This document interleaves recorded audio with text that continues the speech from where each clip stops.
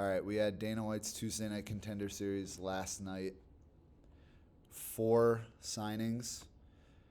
Jonathan McAuliffe, Yair del Valle, Luis Gurule, and Nick Klein. I got 2 out of the 5 picks right. Not great, but also Yanni the Greek got some picks wrong as well, so I don't feel that bad. The first fight, I picked Muhammad Adu to win. I thought his striking looked better, and he seemed to be very well-rounded. He got the last couple of his wins by submission, but Jonathan McAuliffe, clearly a much better jiu-jitsu player than anyone he's fought up until this point. They both had takedowns. Muhammad Adu had what I thought was a pretty tight guillotine. McAuliffe got out of it, clearly experienced. He hit a very slick triangle choke. Man, the transition to the triangle choke was so quick, and it was completely locked up. He had the perfect angle. Adu was not getting out of that. He put him to sleep. Props to Adu for not tapping, but yeah, he went to sleep. Jonathan McAuliffe gets the contract. Next fight, Julieta Martinez versus Leslie Hernandez. I was right with my pick. Julieta got it done by decision. It was a pretty close fight, I will say. My bad. I didn't realize the boxing credentials of Hernandez. Her boxing was pretty good, and she was having good success with that, even with a couple kicks. She got very tired. I don't know if a lot of you guys heard this in between round 2 and 3. I know she said it in Spanish. She said, "Estoy bien cansada," which means I'm really tired. And she had a good round 3. Even though she was expressing how tired she was to her corner, she went out there and still did have a very close round 3. I think one of the judges gave it to her in round 3, but I did think Julieta won the fight. Her kicks are fast.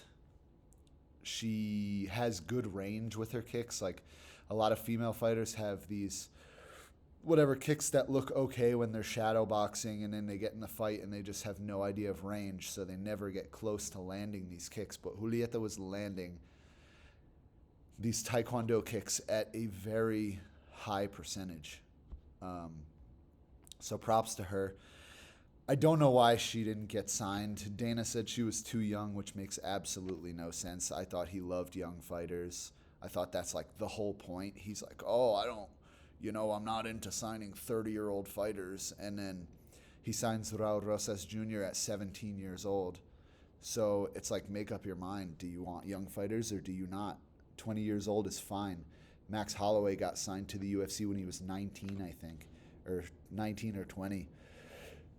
It just is very hypocritical to not sign someone because they're 20 years old. That doesn't make any sense. She's 8-0 now.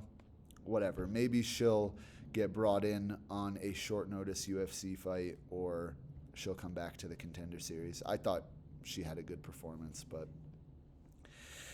it is what it is. Next fight, Del Valle was the winner. He got the contract. Great performance.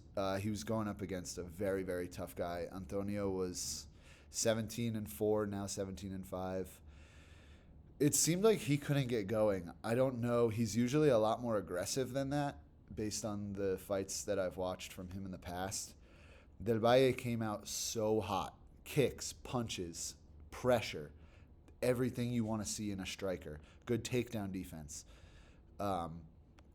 Not really much to say other than Del Valle kind of just dominated him for the entire fight. It was kind of crazy that Antonio was able to take that much damage and not really show it on his face. He was eating a ton of elbows up against the fence. Man. Also, another thing that I have to say with this fight. What the hell does a fighter have to do to get a 10-8 round? If that... Dude, only one judge had that first round a 10-8. That was a complete domination. In total, let me see. I think I wrote down what they had here.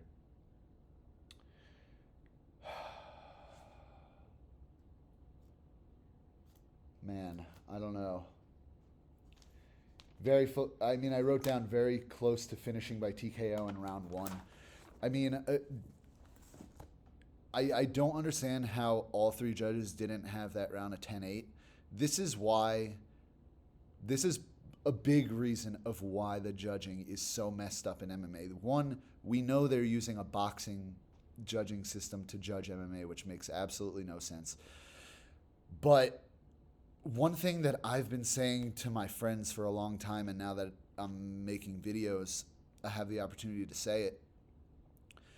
Judges need to give more lenient 10-8s. It would stop a lot of these really close rounds. And this, the first round of this fight, I didn't even think was a controversial 10-8. I think 90% of people watching that would say, yup, 10-8 round. Complete domination. Antonio pretty much had nothing for him. He was just surviving the entire round. How does only one judge give that round a 10-8? That makes absolutely no sense. Either way, Del Valle gets his contract, well-deserved.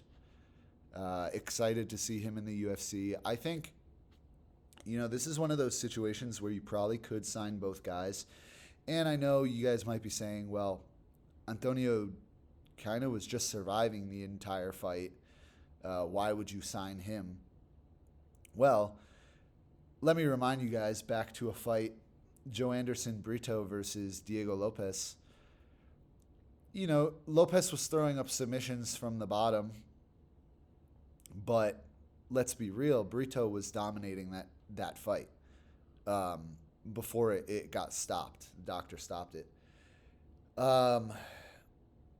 At least I think that's how it went. Either the doctor stopped it or there was some like illegal blow, maybe the finger in the eye or something, and it got stopped. But because it was already round 3, they judged it based on how the fight went, and Brito won the first 2 rounds.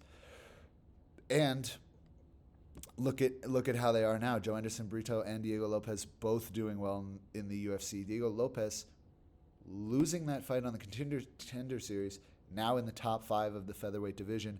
Joe Anderson Brito hasn't been yet to crack the top 5. So this is a reason why I say sign both of them, or bring Antonio Montero in for a short notice fight in the UFC.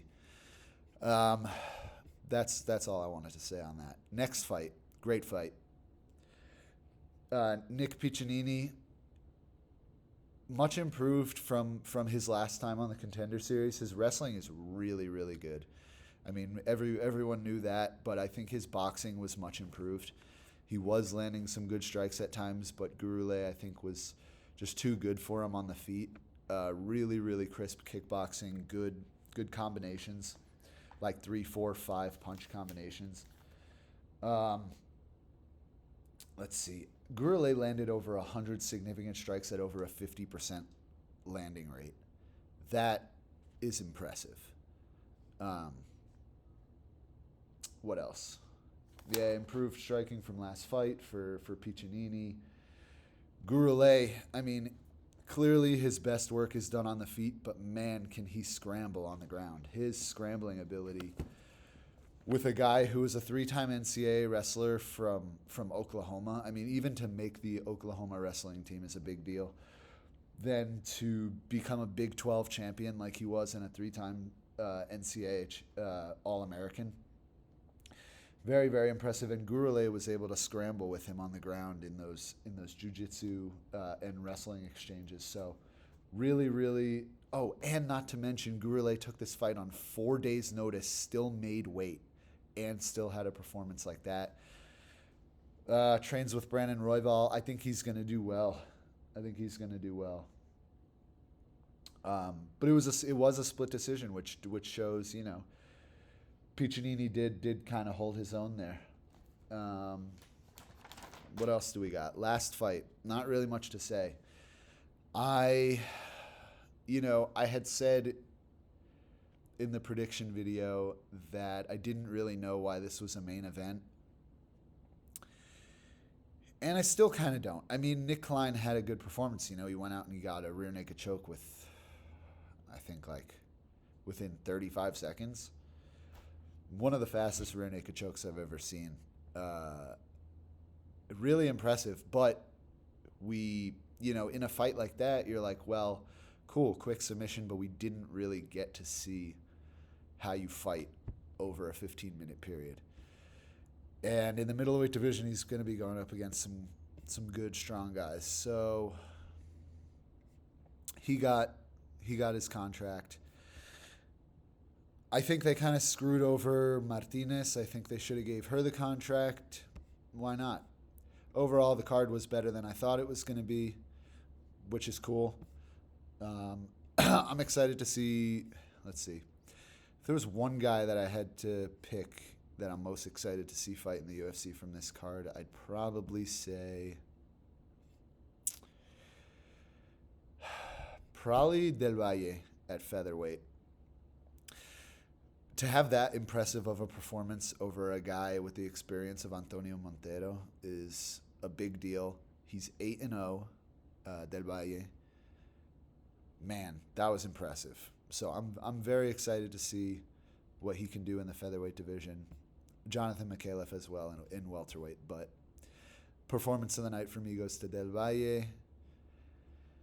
And that's it. That's the last week for this season. We'll see when they bring it back.